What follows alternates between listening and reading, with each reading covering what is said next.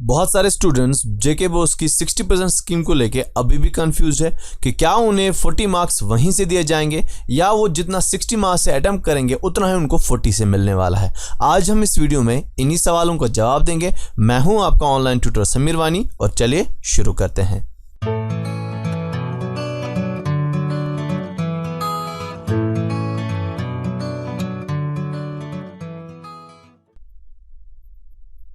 जैसा कि आप सबको पता है, कोविड-19 की वजह से जेके बोस ने क्लास 10th, 11th और 12th के सिलेबस में 40% की रिडक्शन कर दी है। यानी अब आपको सिर्फ 60% का ही सिलेबस प्रिपेयर करना होगा। लेकिन साथ ही जेके बोस ने यह भी कहा कि पेपर बराबर 100 मार्क्स का आएगा, जिसमें से आपको 60 मार्क्स ही अटेम्प्ट करने होंगे जो 100% कंसिडर किए जाएंगे। इसमें बच्चों का सवाल यह है कि बाकी के 40 मार्क्स क्या हमें वहीं से मिलने वाले हैं? तो मैं आपको बताना चाहूंगा ऐसा बिल्कुल नहीं होने वाला है। बोर्ड आपको कोई भी 40 मार्क्स नहीं देने वाला है। आप जो 60 मार्क्स पेपर में अटेम्प्ट करोगे वही आपके लिए 100 मार्क्स कंसिडर किए जाएंगे। आपको इस नोटिस में क्लियरली बताया गया है कि आप जो 70 मार्क्स पेपर में गेन करोगे वही आपके लिए 100% समझा जाएगा। जैसा कि आप नोट्स में क्लियरली देख सकते हो, बोर्ड ने कहा है कि जो 70 मार्क्स आप लाओगे वही 100% होगा। लेकिन क्योंकि बोर्ड ने अब रिडक्शन और बढ़ा दी है तो अब 60 मार्क्स जो है वही 100% माने जाएंगे। और जो बोर्ड मेथड इस्तेमाल करने वाला है यहाँ पे वो रेज मेथड है या कह दो एग्रीगेशन का मेथड है। और इस एग्रीगेशन या रेज के मेथड में आपके जो 60 मार्क्स है वो आपके लिए जो है 100% माने जाएंगे।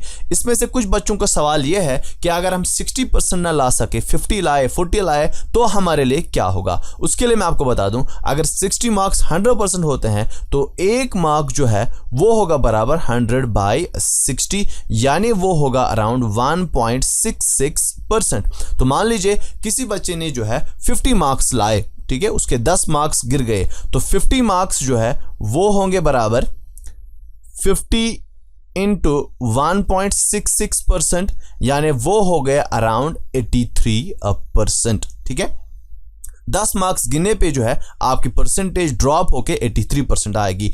आप में से बहुत सारे स्टूडेंट्स इस बात को लेकर हैरान होंगे कि ये क्या हो गया। एग्जैक्टली ऐसा ही होता है। जो रिलैक्सेशन दी जाती है वो स्टूडेंट के लिए फायदा भी होती है, नुकसान भी होता है। कुछ ऐसा ही हुआ था जब 50% सिलेबस किया गया था। उस टाइम पे जिस स्टूडेंट ने 2 मार्क्स का एक क्वेश्चन किया था तो उस क्वेश्चन के मार्क्स डबल करके उसको 4 मार्क्स दिए गए थे। लेकिन साथ ही साथ अगर उसने एक 2 मार्क्स का क्वेश्चन छोड़ दिया था, उससे वो मिस्टेक हो गई, उसने गलती की उसमें, तो उसको वो डबल करके 4 मार्क्स डिडक्ट कर दिए गए थे उसके टोटल मार्क्स में से। तो इस बात का आप ख्याल रखेंगे कि आपके मार्क्स अगर बढ़ते हैं तो साथ ही साथ उसी रेट से, उसी परसेंटेज से वो आपके लिए घटेंगे भी।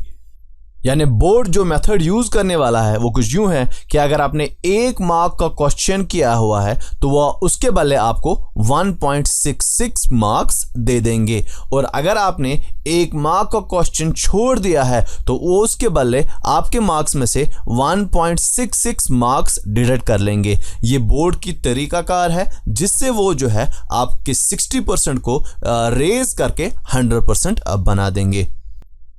यही चीज़ आप इस टेबल से भी समझ सकते हैं कि अगर आपने एग्जाम में 60 मार्क्स गेन कर लिए हैं तो बोर्ड जो है उन्हें 1.66 से मल्टीप्लाई करके 100 मार्क्स या 100% में कन्वर्ट कर देगा। अगर आपने 50 मार्क्स गेन किए हैं तो वो उनको 83.3 मार्क्स यानी 83.3% में कन्वर्ट करेगा। इसी तरीके से 40 को 66.6 में, 30 को 50 मार्क्स में या कह दो 50% में, और 20 मार्क्स को जो है वो 33.3% में, और 10 मार्क्स को वो 16.6% में या 16.6 मार्क्स में कन्वर्ट कर देंगे। अब जो दूसरा टेबल आपके स्क्रीन पे है आप इसमें देख सकते हो कि इस बोर्ड की जो मार्किंग स्कीम है वो कुछ यूं रहेगी कि अगर आपने 6 मार्क्स ऑब्टेन किए हैं तो बोर्ड जो है उनको 10 मार्क्स समझेगा।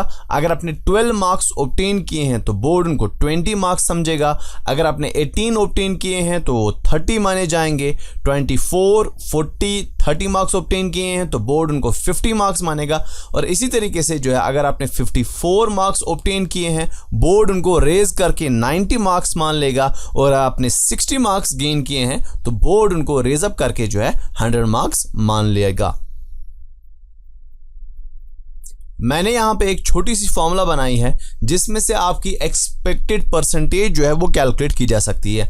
मान लीजिए जो है आप में से कोई ये चाहता है कि मैं 70% मार्क्स लाना चाहता हूँ, तो मुझे कितने मार्क्स लाने पड़ेंगे, यानी आपकी जो परसेंटेज है, जो आप एक्सपेक्टेड परसेंटेज रखना चाहते हो, उसको आप यहाँ फॉर्मूला में डाल सकते हो कुछ ऐसे। तो आप लगाओगे marks required equals to percentage. मान लीजिए मैं 70% मार्क्स लाना चाहता हूँ, तो मैं परसेंटेज के बदले लिख दूंगा 70 डिवाइड बाय करूंगा 1.66 इंटू कर दूंगा 5, जो कि मेरे लिए बनता है 210.8 मार्क्स। यानी आपको अगर 70% मार्क्स चाहिए, 70% आपको रखनी है, तो आप उसके लिए 210.8 मार्क्स लाओगे। ओवरऑल सारे सब्जेक्ट्स मिला के जो है आपके पास 210.8 मार्क्स होने चाहिए।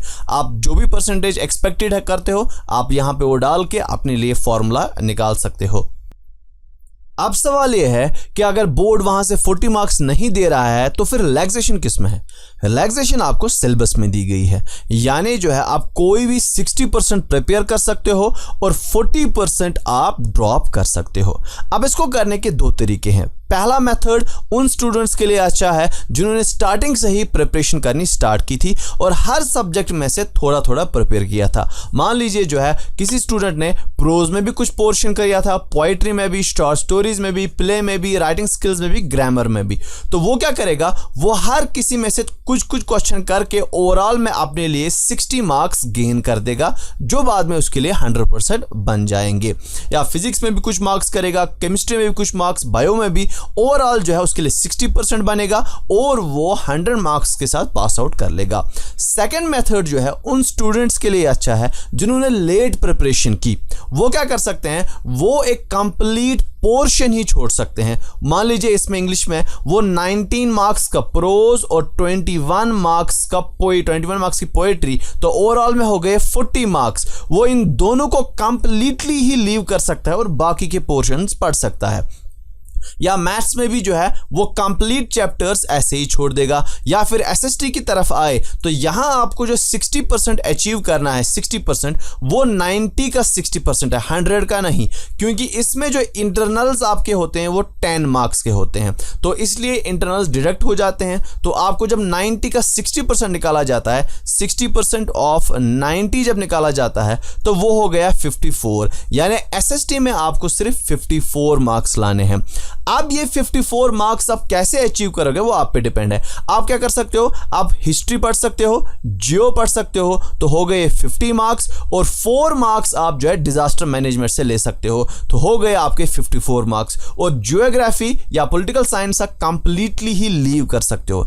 इसी तरीके से कोई जियो और पॉल साइंस पढ़ेगा और हिस्ट्री कंप्लीटली लीव कर सकता है। यह है सेकंड मेथड पढ़ने का। आप साइंस के लिए भी ऐसे ही कर सकते हो। साइंस में जो आपको 60% बनता है, क्योंकि आपके 84 ही मार्क्स होते हैं, 16 मार्क्स आपके प्रैक्टिकल्स के होते हैं, तो वो यहाँ पे नहीं गिने जाएंगे। जब 84 का 60% निकाला जाता है तो वो बनता है 50.4, यानी साइंस में आपको सिर्फ 50.4 मार्क्स अचीव करने हैं 100 मार्क्स के लिए। तो इसके लिए भी आप क्या कर सकते हो, आप जो है 28 फिजिक्स के, 28 बायोलॉजी के, हो गए 56 and you are over the 100%। ठीक है, आपने कंप्लीट कर लिया। आप केमिस्ट्री का पूरा पोर्शन ही छोड़ सकते हो, या फिर आप फिजिक्स केमिस्ट्री पढ़ सकते हो, बायोलॉजी छोड़ सकते हो। ये आप पे डिपेंड है आप इसको कैसे अचीव करोगे। इसी तरीके से उर्दू में भी आप कर सकते हो। जैसे आपको ग्रामर के 28 मार्क्स आते हैं तो आप ग्रामर कंप्लीटली छोड़ सकते हो, प्लस और भी कुछ मार्क्स ऐड कर सकते हो जो 40 मार्क्स आपके बनेंगे छोड़ने के लिए। नसर आप कर सकते हो, नसर आप छोड़ सकते हो, शायर आप छोड़ सकते हो, शायरी का सारा पोर्शन छोड़ सकते हो। इस तरीके से जो है आप एक कंप्लीट ब्लॉक छोड़ दो, कंप्लीट सेक्शन छोड़ दो और बाकी के सेक्शंस आप कर लो। ये उन स्टूडेंट्स के लिए अच्छा है जिन्होंने लेट प्रिपरेशन स्टार्ट कर दी। अगर आपके और भी कोई सवाल है तो नीचे कमेंट सेक्शन में ज़रूर पूछे। ये वीडियो अगर आपको अच्छा लगा हो तो ज़रूर सब्सक्राइब करें और दूसरों के साथ शेयर करें। Thank you.